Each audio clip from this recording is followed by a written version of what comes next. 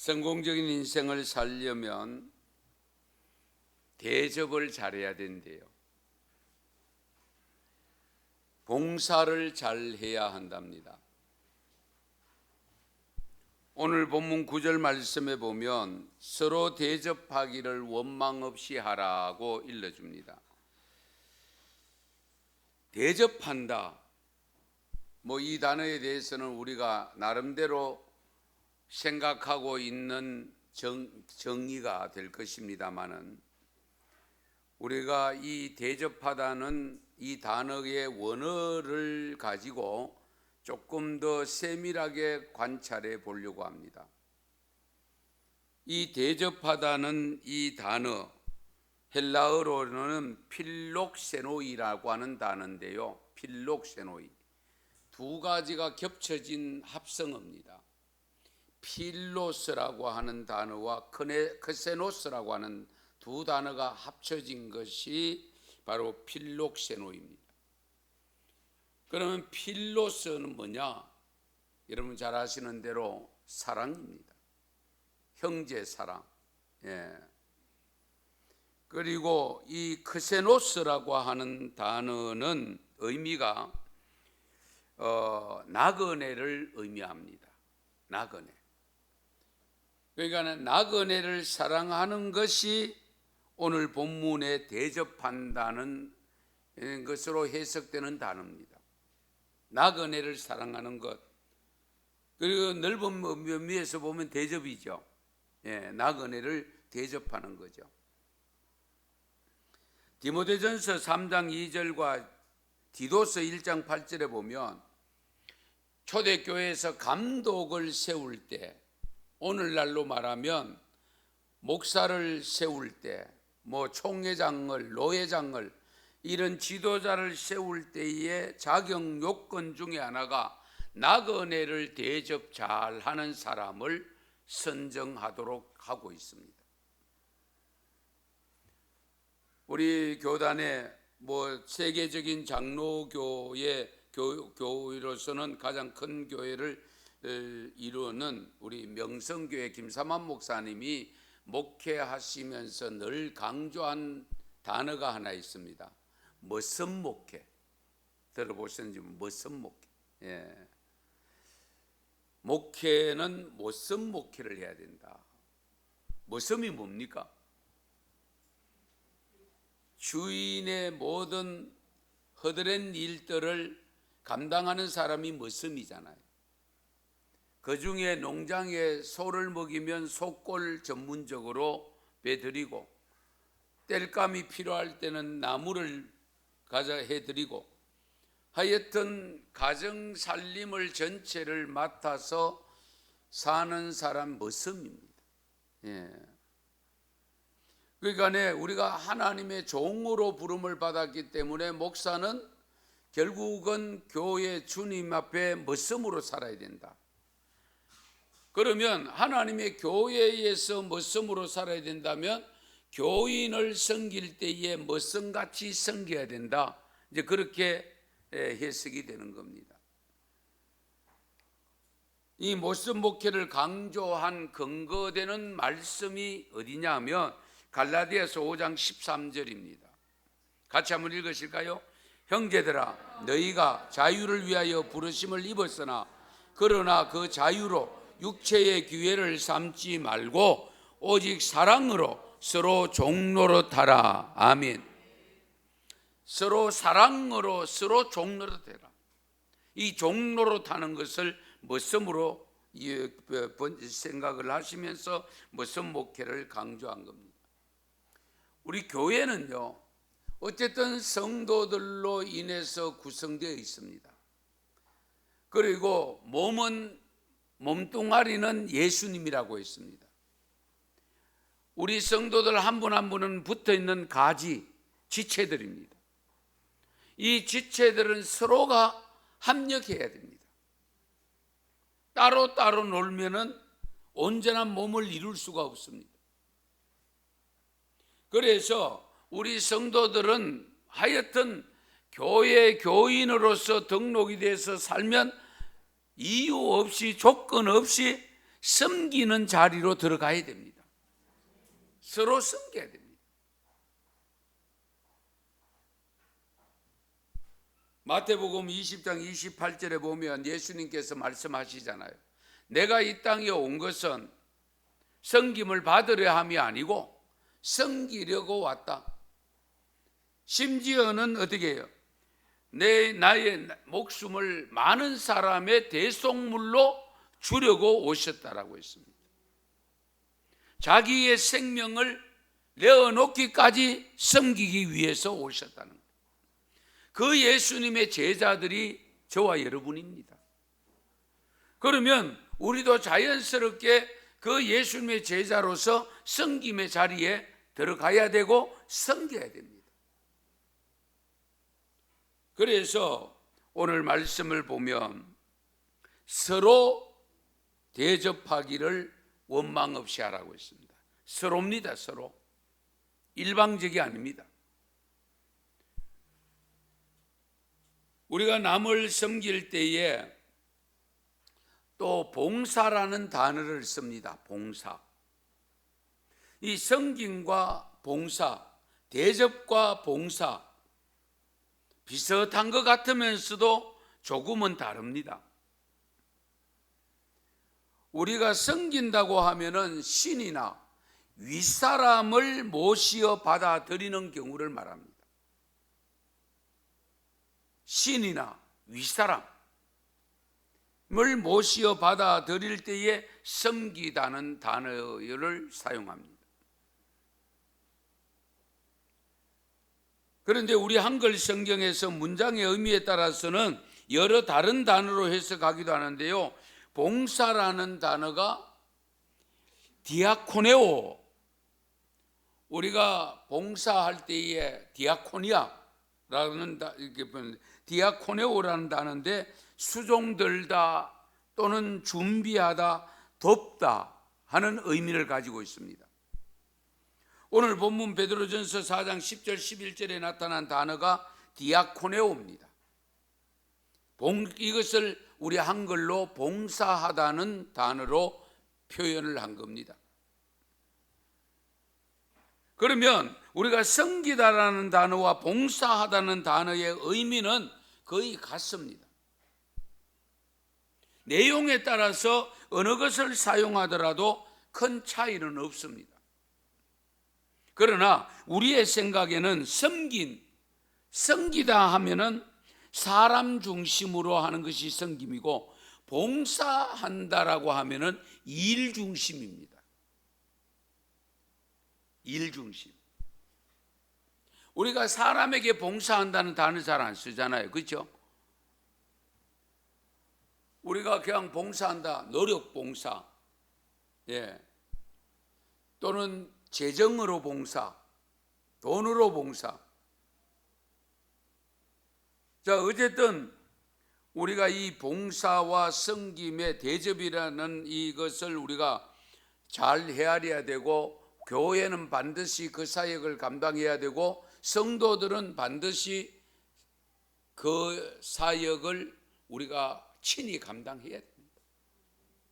서로 대접하고 서로 섬기고 서로 봉사해야 됩니다. 여러분, 가정에서도 마찬가지잖아요. 서로 해야 되잖아요. 그런데 옛날 가부장 시대에는 어떻게 됩니까? 남편이 일어나서 몸만 빠져나가면 이불을 아내가 개고, 밥 끄면 밥 갖다 바쳐야 되고, 물 크면 물 갖다 바쳐야 되고,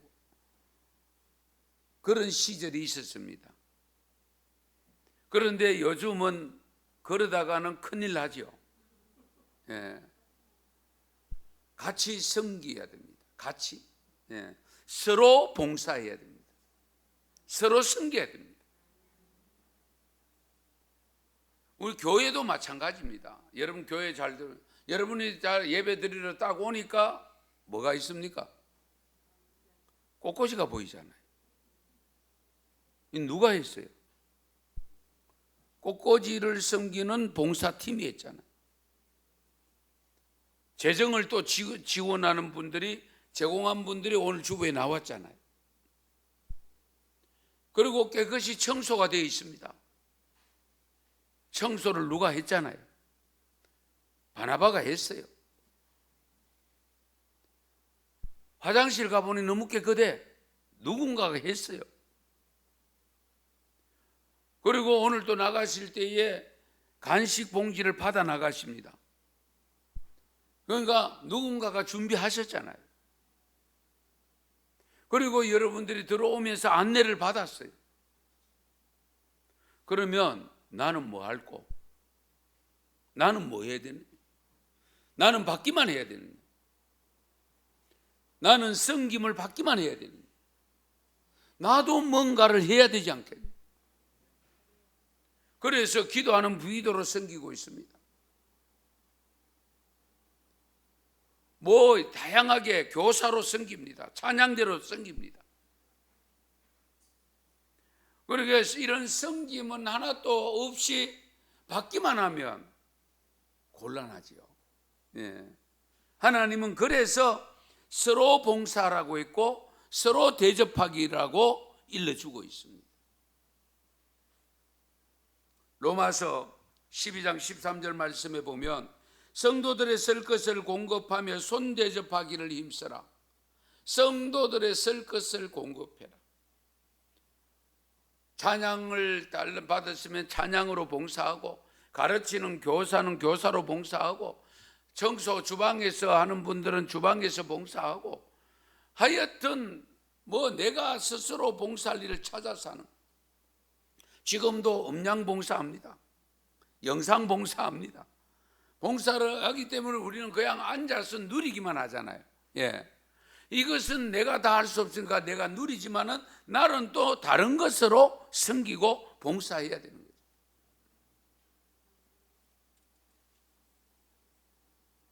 히브리서 13장 2절에 보면 손님 대접하기를 잊지 말라. 이로써 부지 중에 천사들을 대접한 이들이 있었느니라. 손님 대접. 예. 부지 중에 이 천사들을 대접한 이들이 있었다는 것은 누구를 가리키냐면 아브라함과 롯을 가리킵니다.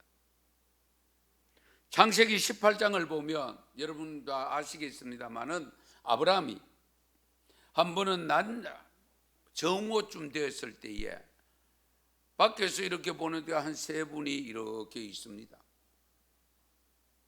그러니까 그분들이 뭐 밥을 달라고 한 것도 아니고 뭘 도와달라고 한 것도 아닌데 아브라함은 그 한낮에 이제 때가 전심때 됐단 말이죠. 그러니까 불러들여 가지고 뭐 팔레스타인 땅은 먼지가 많으니까 손님이 오면 제일 먼저 발 씻을 물을 제공합니다.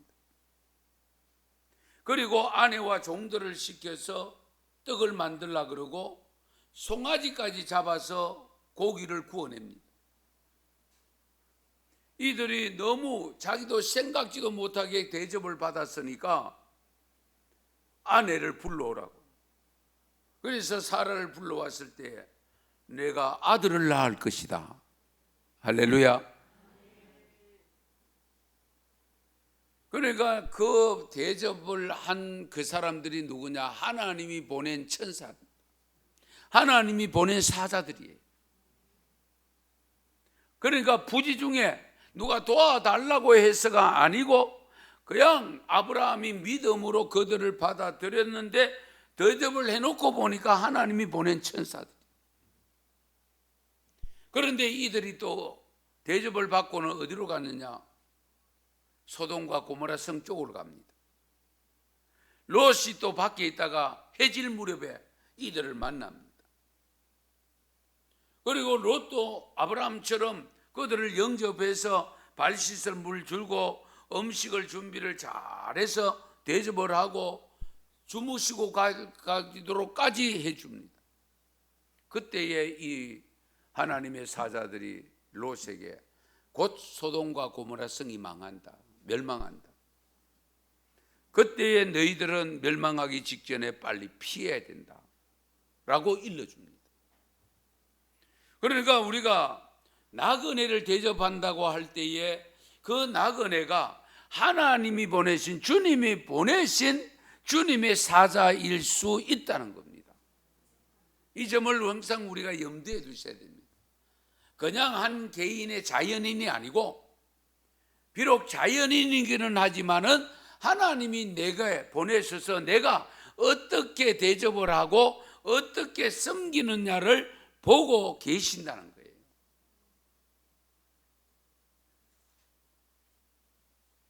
그래서 우리가 살아가면서 특별히 우리 하나님의 성도들은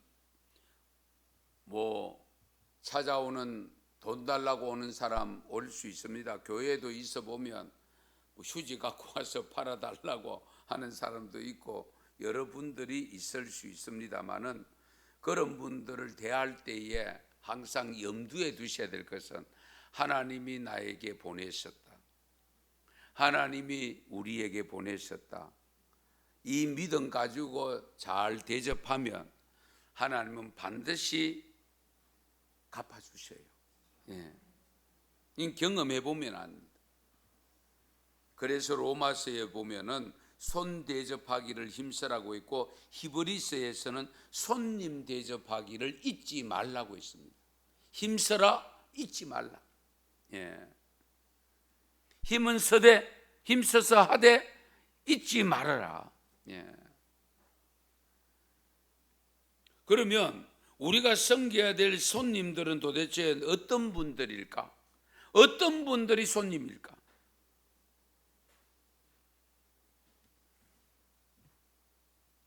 이사야 58장 6절 7절을 같이 읽겠습니다. 내가 기뻐하는 금식은 흉악의 결박을 풀어주며 멍에의 줄을 끌어주며 압제당하는 자를 자유하게 하며 모든 명예를 끊는 것이 아니겠느냐. 또 줄인 자에게 내 양식을 나누어 주며 유리하는 빈민을 집에 들이며 헐벗은 자를 보면 입히며 또 내 고륙을 피하여 스스로 숨지 아니하는 것이 아니겠느냐. 아멘.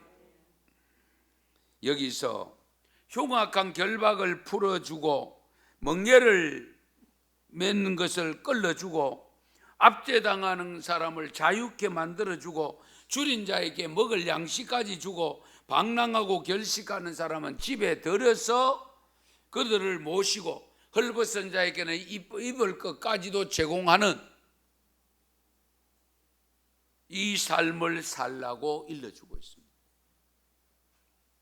그래서 신명기 14장 28절 29절 말씀에 보면 매 3년 끝에 그의 소산의 10분의 1을 다 내어 네 성읍에 저축하여 너희 중에 분깃이나 기업이 없는 레위인과 내 성중에 거류하는 객과 과와 과부들이 와서 먹고 배부르게 하라. 그리하면 내 하나님 여호와께서 내 손으로 하는 범사에 네게 복을 주시리라. 할렐루야. 구약 시대에 11조를 내게 하신 것은 11조를 통해서 우선은 기업을 분배받지 못한 12지파 중에 레위지파, 제사장 지파는 기업이 없습니다. 땅이 없습니다.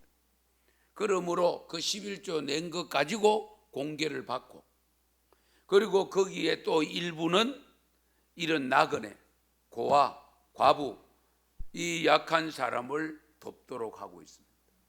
이런 면에서 보면 우리 성도들의 삶에도 정말 형편이 되면 11조는 11조 드리고, 그 다음에 또 일부를 돕는 헌금을 구제 헌금, 이런 것으로 쓸 수 있도록 예비해 놓는 것도 바람직하고요. 교회는 교회 예산을 배정할 때에 사실은 이 내용의 말씀에 근거하면 우리가 사회를 향해서, 세상을 향해서, 정말 어려운 이웃을 향해서 써야 될 비용을 좀 많이 드려야 됩니다. 많이 제공해야 됩니다. 아멘 좀 하소. 남 주는 것에는 그렇게 아멘이 안 나옵니까?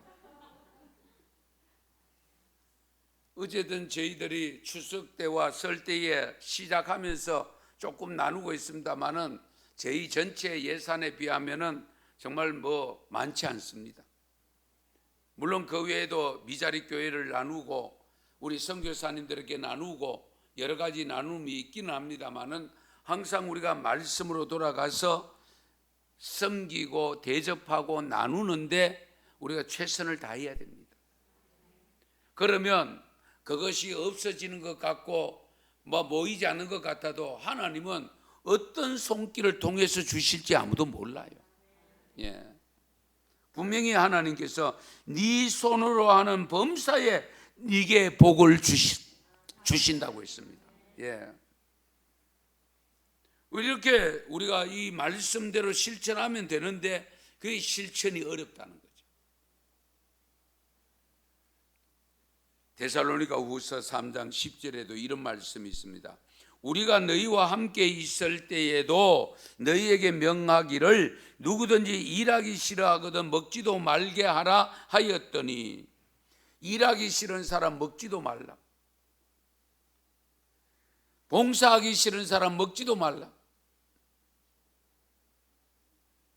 이보다 더 큰 문제는요, 일 안 하는 사람은 안 먹으면 됩니다. 그런데 자기는 일을 안 하면서 일을 만드는 사람들이 있어요. 바울은요, 이 말씀을 11절에서 12절에 말씀합니다. 데살로니가 후서 3장 11절 12절 같이 읽습니다.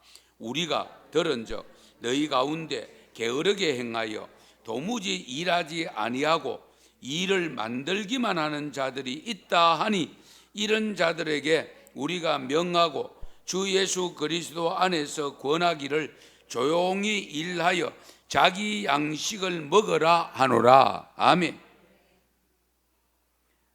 게으르게 행해서 도무지 일을 아니하면서 일을 만든다는 거예요.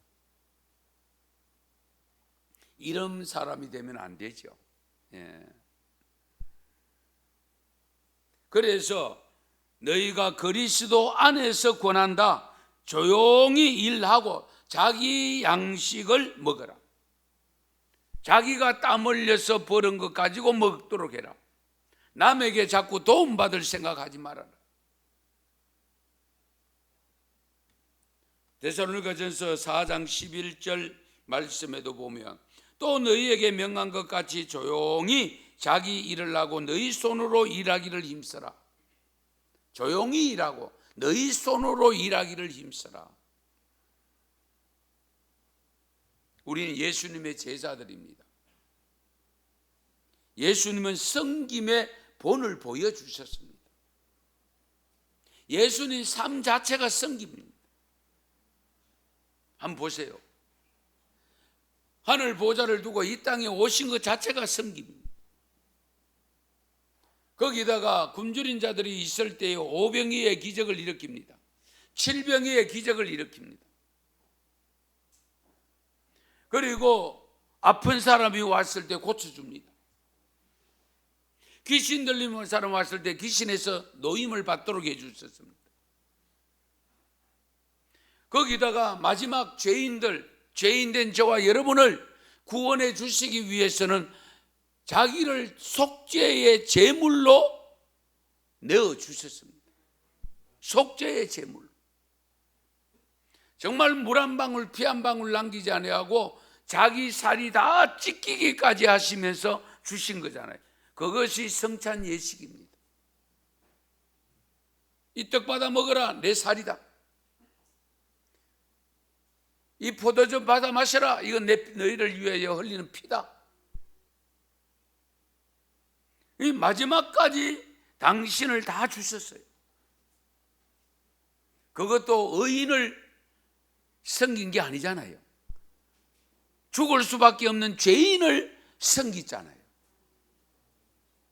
그래서 우리가 섬김을 할 때에 마음에 드는 사람 고르고 착한 사람 고르고 그게 아닙니다. 도움이 필요하다면 그 사람이 어떤 사람인가는 상관없이 도울 수 있어야 됩니다. 그것이 하나님의 정신이고 예수님의 삶이었습니다. 이유를 따져 묻지 않았습니다. 왜 그렇게 가난하냐 따지고 묻지 않았습니다. 그래서 여러분 잘 아시는 대로 초대교회가 성령을 받았을 때에 그들의 삶이 유무상통하는 삶으로 바뀌어잖아요. 그게 은혜 받은 정표였습니다. 사도행전 2장 44절 45절에 보면 믿는 사람이 다 함께 있어 모든 물건을 서로 통용하고 또 재산과 소유를 팔아 각 사람의 필요를 따라 나누어 주며. 쉽지 않습니다. 은혜 받으니까 이렇게 된 거예요. 성령 받았을 때 이렇게 된 겁니다.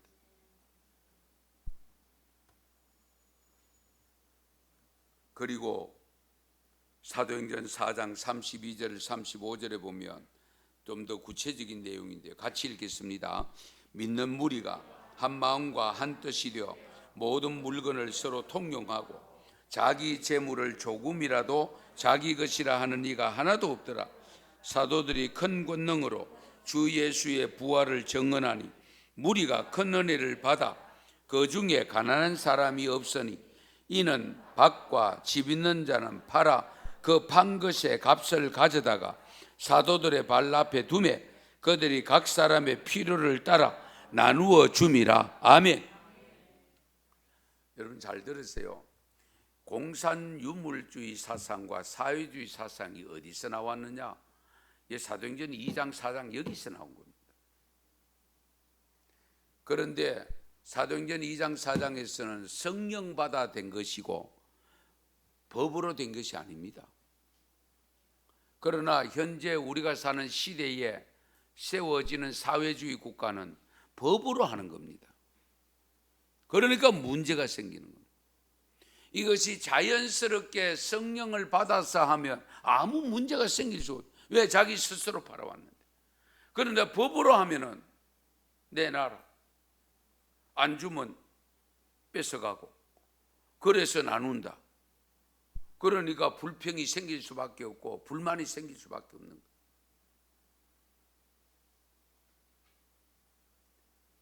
삶의 모습을 보면 아름답잖아요. 다 이렇게 되었으면 좋겠잖아요. 그러나 이것이 스스로 자율적으로 되면 아무런 문제가 없지만은, 그러나 그 세계에 조금이라도 강압적인 내용이 들어가면 문제가 생길 수밖에 없죠.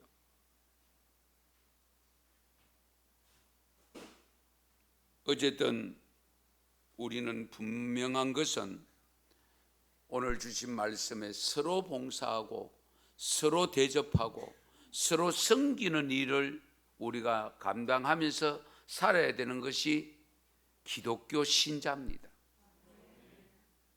그러면 이렇게 서로 섬기라고 서로 대접하라고 했고 서로 봉사라고 했는데 여기에 몇 가지 주의사항이 있습니다.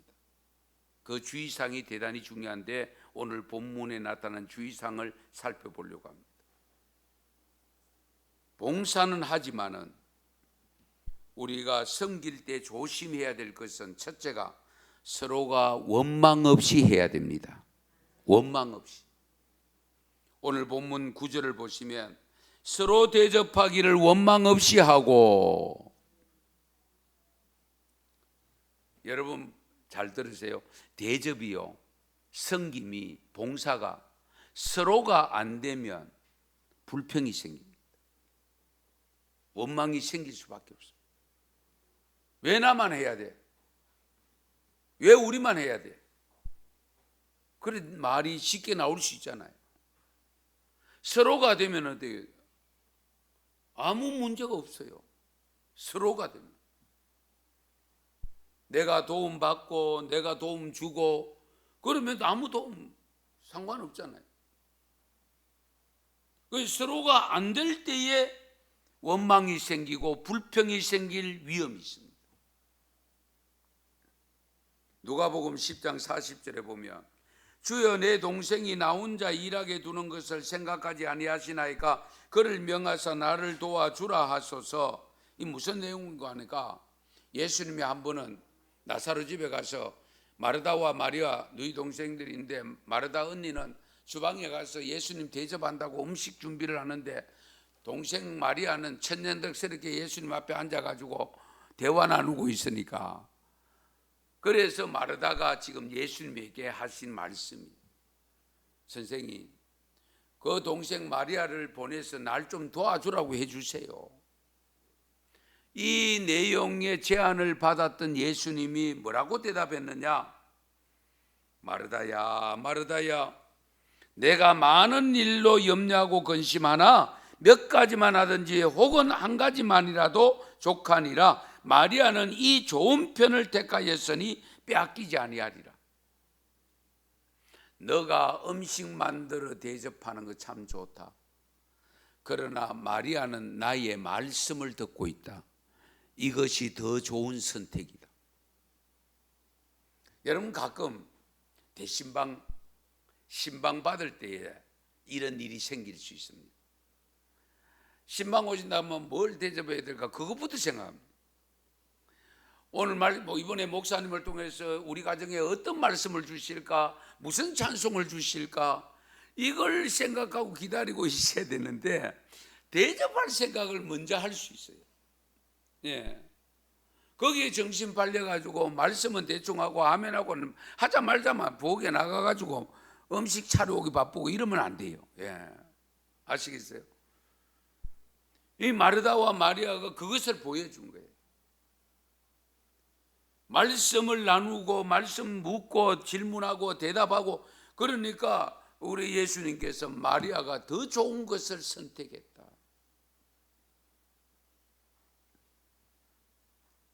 그러면서 빌립보서 2장 14절에 보면 모든 일을 원망과 시비가 없이 하라. 할렐루야. 모든 일을 원망과 시비가 없이 해라. 원망과 시비 없이 하려고 하면 서로 하셔야 됩니다. 그렇지 않으면 불평이 생겨요. 원망이 생겨요. 아무쪼록 우리 여러분 섬겨나갈 때에, 봉사하실 때에 정말로 원망과 시비가 없이 할 수 있기 바랍니다.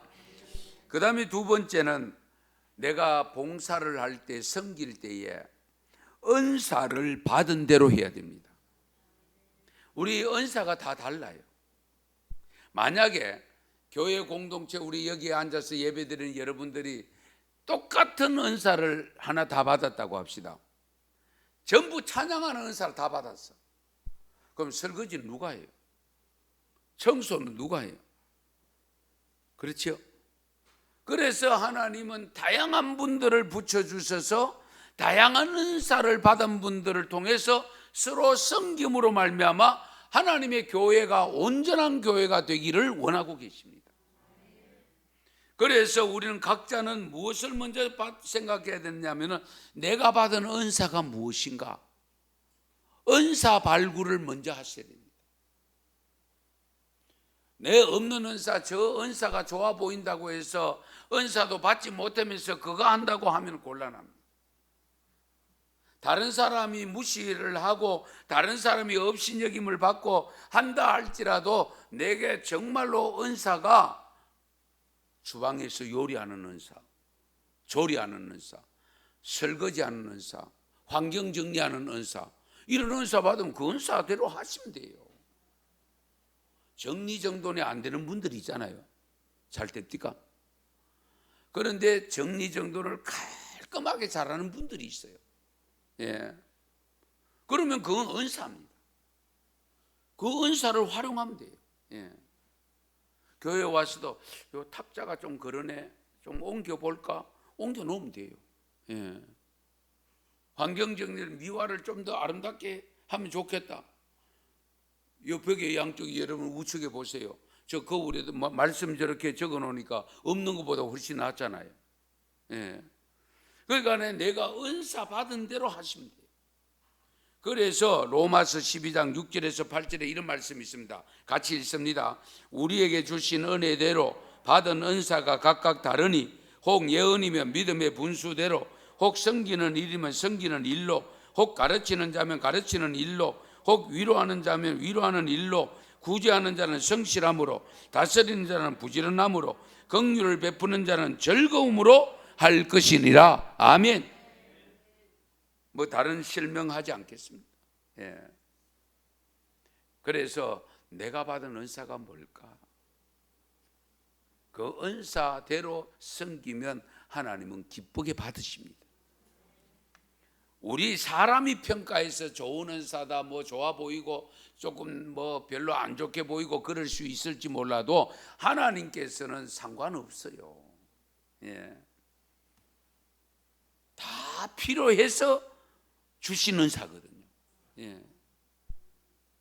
그냥 뭐 마르고 썰고 닦는 거 내가 은사다 그러면은 그거 하시면 돼요. 예. 다른 거 없어요. 남 원망할 거 없어요. 제가 가끔 말씀드리잖아요. 눈에 보이는데 내 눈에 보이면 내가 하면 돼요. 안 보이는 사람은 아무리 지나쳐도 안 보여.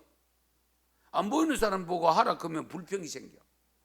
보이는 내가 해버리면은 깨끗하고 좋잖아요. 예. 어쨌든 저는 지하에서 늘 엘리베이터 잘 안 탑니다. 짐이 있으면 몰라도 거기 걸어 다닙니다. 왜? 돈 주고 일부러 러닝머신 탈 이유가 없잖아요. 작은 것이라도 걸어 다니면 그게 운동이니까. 그러면서 담배꽁초 보이면 제가 다 줍니다. 제 눈에 보이는 것은 네가 주스라고. 목사 네가 주스라. 그러니까 보이게 하시니까 내가 주스면 되지. 예. 그러면 또 한 번 더 내려갑니다. 주선 거. 왜? 그 쓰레기통 버리려고. 그럼 몇 걸음 더 걷잖아요. 일거양득이잖아요. 별로 뭐 안 그런 것 같은데. 예. 어쨌든 여러분들 받은 은사대로 섬기시기 바랍니다. 그 다음에 세 번째는 선한 청지기 같이 봉사해야 돼요. 오늘 말씀 10절 보세요. 하나님의 여러 가지 은혜를 맡은 선한 청지기 같이 서로 봉사하라. 선한 청지기입니다. 악한 청지기가 아니고. 청지기가 뭡니까? 살림을 완전히 맡아서 관리하는 사람이 청지기잖아요. 그러니까 목사가 청지기입니다. 왜? 하나님께서 교회를 다 맡아 관리하라고 맡겨놨으니까. 일종의 청지기입니다. 그래서 여러 가지 은사를 받았지만은 선한 청지기 같이, 선한 청지기는 뭡니까? 주인을 이롭게 하는 겁니다. 주인을 잘 되게 하는 겁니다. 한번 생각해 보세요. 우리가 그러잖아요. 들어온 사람이 잘 들어오면은 살림이 이인다 이런 표현을 쓰잖아요. 어떤 다른 직원, 회사 직원이 들어왔는데 우리 회사가 더 잘 돌아간다. 이러면 그 사람은 인정받는 거잖아요. 예. 정말로 우리가 하나님 앞에서도 똑같습니다. 내가 들어와서 교회가 더 흥왕할 수도 있고, 어떤 분이 들어오면 교회가 쪼가지고 나누어지고 흩어지고 이럴 수 있잖아요. 그런 측면에서 우리는 선한 청지기 같이 서로 봉사해야 됩니다. 선한 청지기. 예. 우리가 주인의 뜻을 정확하게 알아내어서 경제적으로 효율적으로 감당하면 그것이 바로 선한 청지기입니다. 그냥 교회에 내가 알아서 와서 내가 할 일 없나? 내가 뭐 할고? 그러니까 알아서 하면 그게 선한 청지기 역할입니다. 예. 청소할 일이 있으면 청소하면 되고, 뭐 내가 감당할 일이 찾아서 하면 돼. 내 눈에 뜨이고 내 생각에 들어오면 하면 돼요. 예. 누가 하라 할 거 없고. 아무쪼록 그와 같은 좋은 교회가 되기를 바랍니다. 그 다음 네 번째는요, 하나님이 공급하시는 힘으로 봉사해야 됩니다. 내 힘으로 하면 힘들어 못합니다. 얼마 안 하면 못할 수도 있습니다. 그래서 11절 말씀에 보면 누가 봉사하려면 하나님이 공급하시는 힘으로 하는 것 같이 해라. 하나님이 공급하시는 힘으로 하는 것처럼 해라. 하나님이 공급하시는 힘은 지혜의 힘도 있습니다. 지식의 힘도 있습니다. 성령의 힘도 있습니다. 여러 힘들이 있습니다. 여기에는 출애굽기 31장에 보면요, 하나님이 모세를 향하여 성막을 지으라고 설계도까지 다 일러주고 난 다음에 모세가 그거 할 수 있습니까? 안 되는 거예요. 그러니까 버사렐과 올리압을 세워줍니다. 그리고 그 버사렐과 올리압을 세워주면서 그에게 하나님의 영을 주셨다고 했습니다. 하나님의 영. 그래서 출애굽기 31장 6절 말씀을 같이 한번 읽겠습니다. 내가 또 단 지파 아히사막의 아들 올리압을 세워 그와 함께 하게 하며 지혜로운 마음이 있는 모든 자에게 내가 지혜를 주어 그들이 내가 네게 명령한 것을 다 만들게 할지니. 아멘. 올리압과 버살렐만 아니고 거기에 돕는 다른 잡부적인 일을 하는 일꾼들에게도 하나님의 영을 주신다고 했습니다. 그리고 36장 출애굽기 36장 1절인데요, 같이 읽습니다.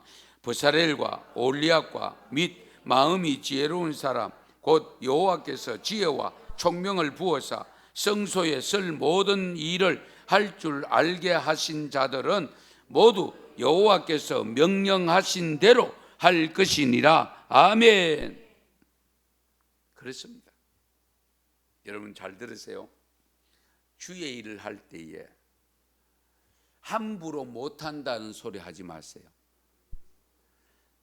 하나님이 담임 목사를 통해서 맡기시던 장로님, 권사님, 집사님을 통해서 맡기시던 누구를 통해서 맡기시던 맡기실 때는 하나님이 영을 보내주셔서 그 사역을 하게 하시는 분이 하나님이십니다. 그러므로 못한다고 하지 마세요. 그리고 하나 또 생각하셔야 될 것은 못하는 것을 내가 꾸역꾸역 저거 좋다고 다른 사람 보니까 저것을 높이 평가하더라, 이런 인간적인 계산되고 달란트도 못 받았는데도 불구하고 그걸 하려고 하는 것도 안 됩니다. 바람직하지 않습니다. 그냥 맡겨주실 때에는 하나님이 내게 맡기실 때 하나님이 은사를 주시겠지, 하나님의 영을 부어주시겠지, 할 수 있는 능력의 지혜를 주시겠지, 이 믿음 가지고 하면 하나님이 주십니다. 이 점을 우리가 항상 염두에 두셔야 됩니다. 그러니까 우리가 하나님이 공급하시는 힘으로 섬길 수 있기 바랍니다. 그래야 불평이 생기지 아니하고 원망이 생기지 아니하고 지치지 않습니다. 내 힘으로 하다 보면 지칩니다. 그렇잖아요. 내 얄팍한 지식으로 내 몸으로 하려고 하다 보면 지칠 수 있습니다. 그러나 하나님이 내게 능력 주시면 전에는 내가 조금만 해도 피곤했는데 이 일은 하니까 피곤하지 않네, 그런 경우 없어요? 있어요. 예. 분명히 피곤해야 되는 일인데도 불구하고 피곤하지 않아. 왜? 하나님이 지금 성령을 통해서 힘 주시고 계시기 때문에 그런 거예요. 네. 그래서 주님의 일을 하면 새 힘이 솟아납니다. 사무엘상 2장 10절에 보면 여호와께서 자기 왕에게 힘을 주신다고 했는데요, 사울 왕에 사무엘이 기름 부을 때에, 종유석을 부을 때에 하나님의 영이 임재하잖아요. 그래서 40년 동안 정말로 좋은 통치를 잘 했잖아요. 그런데 마지막 순간에 교만에 빠져가지고 제사장이 할 일을 자기가 함으로 어떻게 됐습니까? 하나님의 영이 떠나버렸잖아요. 떠나보니까 미친 사람 되잖아요. 그래서 다윗이 수금을 가지고 타고 그러니까 멀쩡해지잖아요. 그래서 이 하나님의 영이 중요합니다. 그래서 여러분들 항존직 안수하고 목사 안수직 안수하는 거 그냥 손 얹고 기도하는 것으로 생각하는데 그 과정을 통해서 하나님의 영이 임재하는 통로입니다. 하나님의 영이 임재하다. 예. 그래서 나는 도저히 이 사명 감당하기 위해서 내가 하나님의 영이 내게 임재하셔서 일을 하기를 원하신다. 이런 분들은 안수 기도 받으면 돼요. 예. 믿음으로 받으면 돼요. 자, 어쨌든 여러분들도 내가 하지 말고 하나님이 주시는 은사와 하나님이 주시는 힘으로 감당할 수 있기 바랍니다. 마지막으로 봉사를 할 때는요, 항상 예수님의 정신으로 해야 됩니다. 예수님 정신. 여러분, 예수님 정신이 어떤 정신일까요? 한마디로 말씀드리면 희생 정신입니다. 당신은 다 주셨잖아요. 다 내어놓으셨잖아요. 희생 정신입니다.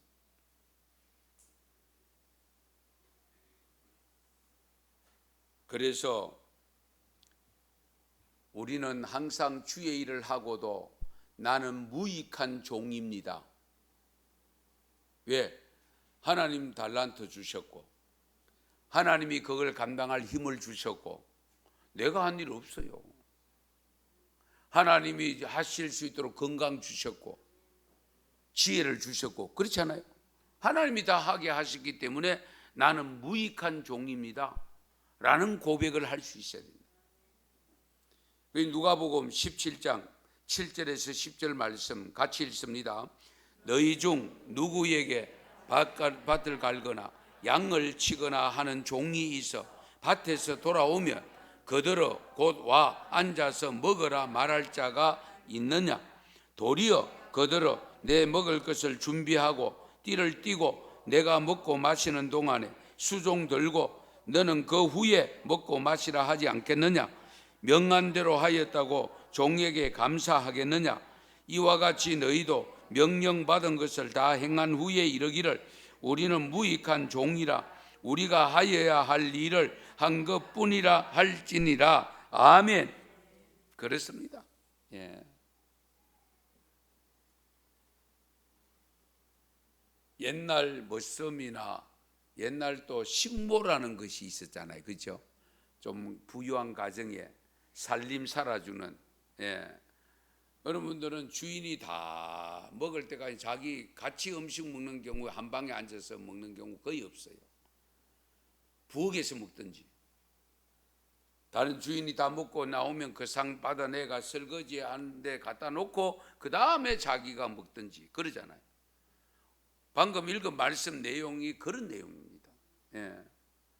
밭에 실컷 일하고 왔는데 주인이 지금 밥을 먹고 있는데 그게 바로 들어와서 밥 먹으라 할 주인은 없다는 거예요.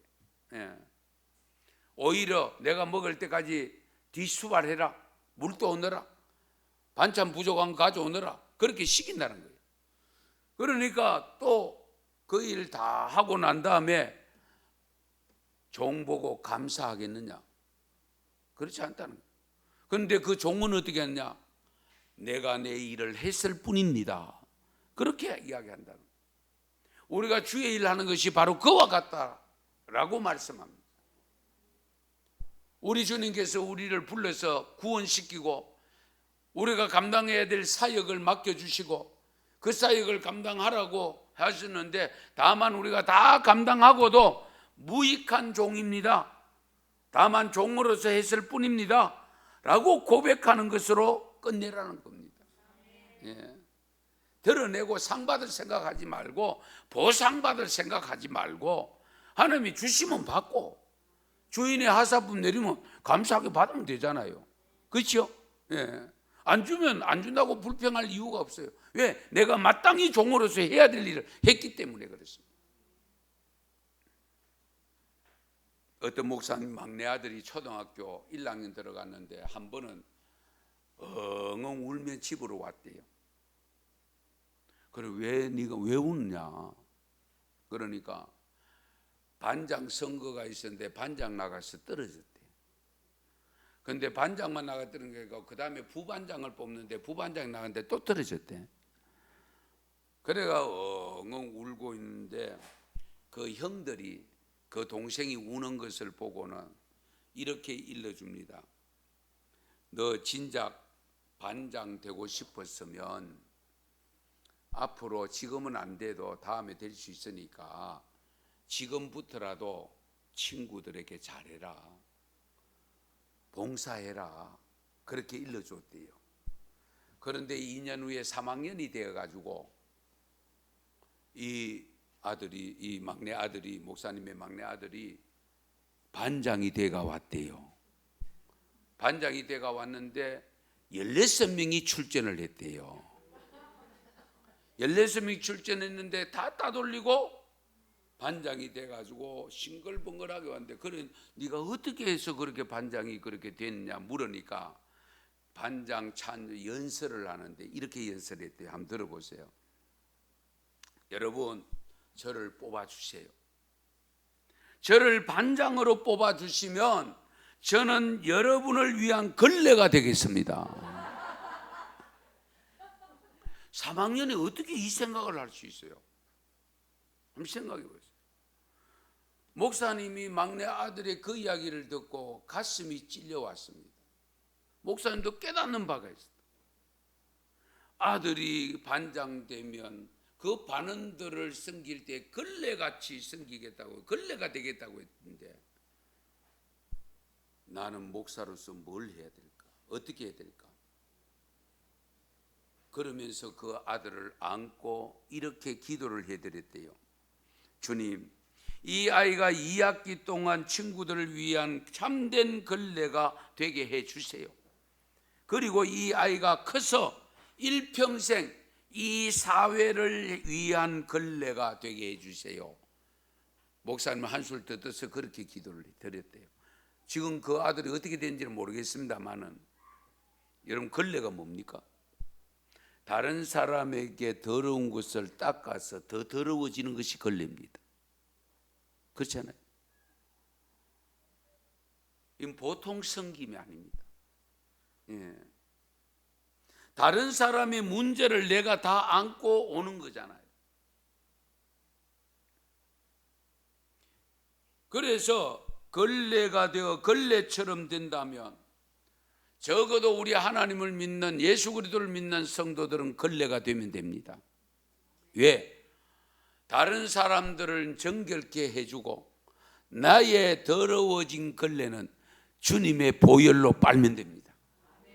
주님의 보혈로 씻음받으면 됩니다. 정말로 우리가 이 멋진 걸레처럼 나도 섬기리라. 그렇게 섬기면 반장도 되는데 대통령 안 되겠어요?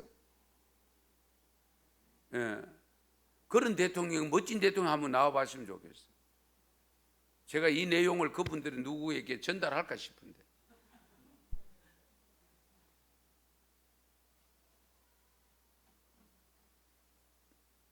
오늘 본문 11절에 보시면, 이는 범사에 예수 그리스도로 말미암아 하나님이 영광을 받으시게 하려 함이니. 아멘.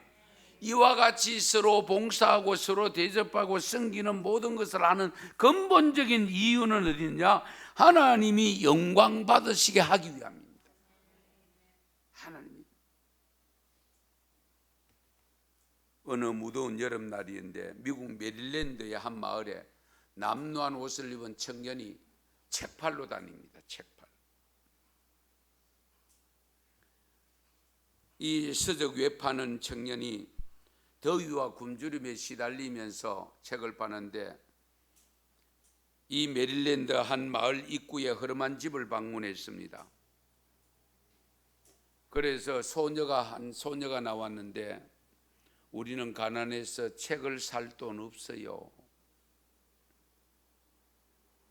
지금 책 팔러 온 것은 아니고 물이라도 한 잔 얻어 마시고 싶어 왔는데, 그래서 이 청년이 우유 한 잔, 시원한 우유 한 잔 만드시면 좋겠다. 그러니까 마침 그 집에 우유가 있었던가 봐요. 이 소녀가 집 안으로 들어가서 부엌에 들어가서 우유를 갖고 왔는데 한 잔만 갖고 안 오고 2잔을 갖고 왔더래. 그래가지고 이 청년이 막 목은 마르고 먹을 배도 고픈 데다가 그 2잔을 받아가 다 마셨어요. 그런데 다른 집에 가서는 이런 일이 없었는데 이 소녀로 인해서 대접을 받고 나니까 무슨 생각이 들었는지 이름을 좀 가르쳐 달라니까 이름을 메모해가 적어 갔어요. 그런데 세월이 20년 세월이 흘러서 어느 날 한 여인이 응급실로 병원에 실려옵니다. 실려와서 가까스로 치료를 받아서 회복이 되는데 병원비가 1만 달러 나왔습니다. 1만 달러면 얼마지요? 계산이 안 됩니까? 예, 1200만 원 정도 되죠. 예. 그러니까 지금도 큰 돈인데 그렇잖아요. 그런데 그 병원비 청구서 뒷면을 보니까 뭐라고 적혀 있는 거 하니까 20년 전에 저에게 대접한 우유 2잔이 병원비입니다. 그렇게 적혀. 그러니까 그 실려온 여인이 우유 2잔 대접했던 그 소녀가 이 여인이고, 거기에 병원장이 책 팔러 왔던 우유 2잔을 마셨던 그 청년이 병원장이 되어 있었다. 그러니까 이 병원장 이름을 보니까 아는 이름이거든. 환자 이름을 보니까. 그러니까 정성껏 치료해서 치유했는데 병원비가 그렇게 나오는데 병원비 명세서 뒤에 20년 전에 저희에게 대접한 우유 2잔이 병원비입니다. 이 여인도 놀랐고 그 병원장도 위대하시지 않습니까? 그래서 나그네를 대접하라고 했습니다. 나그네를 대접. 사랑하는 성도 여러분, 우리 언성교회가 정말 진정 서로 봉사하고 서로 섬기는 삶으로 형성된 엮어진 아름다운 교회로서 그 역할을 이 세상 속에 나가서 감당함으로 빛과 소금의 역할을 해서 하나님으로부터 영광을 돌려드리고 주시는 복을 받아 누리는 우리 모두가 될 수 있기를 축원합니다. 축복합니다. 기도드리겠습니다. 하나님 아버지 고맙고 감사합니다. 너무너무 감사합니다. 오늘도 저희들에게 귀한 말씀 들려주셔서 감사합니다.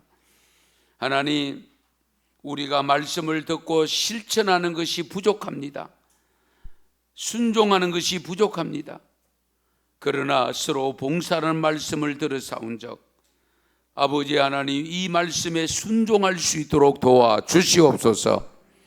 주님께 영광 돌리는 우리 언성교회가 되게 하여 주시옵소서. 예수님의 이름으로 기도드리옵나이다. 아멘.